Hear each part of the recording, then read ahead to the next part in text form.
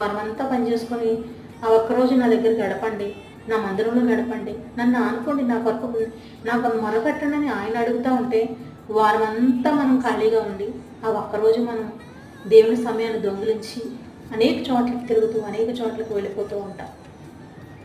ఆ సమయాన్ని దేవుడికి ఇవ్వాల్సిన సమయాన్ని దొంగలిస్తూ మనం ఏ రీతిగా ఆయన్ని బాధపడుతూ ఉంటాం.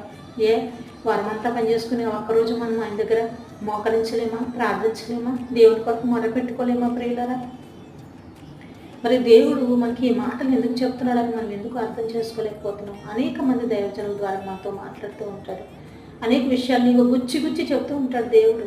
నా బిడ్డలు లోపంలో ఉన్నారు, పాపంలో ఉన్నారు, నా వైపు చూస్తారు అని చెప్పి ఎందుకు అనేక మందిని ఏర్పాటు చేసుకుని మీతో మాట్లాడిపిస్తున్నాడంటే మరలా మాట్లాడుతూ ఉంటే మీ హృదయాలు మార్చబడతాయి, మీరు నా సన్నిధిలో కూర్చుంటారని ఆయన ఎంతగానో ప్రయాసపడుతూ ఉంటాడు.